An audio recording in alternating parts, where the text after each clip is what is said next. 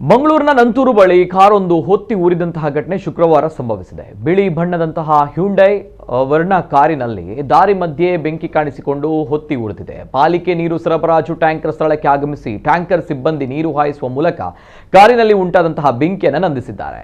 ಬಿಸಿಲಿನ ತಾಪಕ್ಕೆ ಬಾನೆಟ್ ಇಂಜಿನ್ನಲ್ಲಿ ಬೆಂಕಿ ಕಾಣಿಸಿಕೊಂಡಿದೆ ಎನ್ನಲಾಗಿದೆ. ಬೆಂಕಿಯನ್ನ ನಂದಿಸಲು ಸಂಚಾರಿ ಪೊಲೀಸರು ಸಹಕಾರ ನೀಡಿದ್ರು. ಬೆಂಕಿ ಹಿಡಿಯಲು ಪ್ರಮುಖ ಕಾರಣವೇನೆಂದು ತಿಳಿದು ಬಂದಿಲ್ಲ. ಕಾರಿನಲ್ಲಿ ಯಾರೆಲ್ಲ ಇದ್ರು, ವಾಹನ ಯಾರಿಗೆ ಸೇರಿದ್ದು ಎನ್ನುವ ಬಗ್ಗೆ ಮಾಹಿತಿ ಸದ್ಯ ಲಭ್ಯವಾಗಿಲ್ಲ ಎಂದು ಪೊಲೀಸರು ವಿಚಾರಣೆ ನಡೆಸ್ತಾ ಇದ್ದಾರೆ.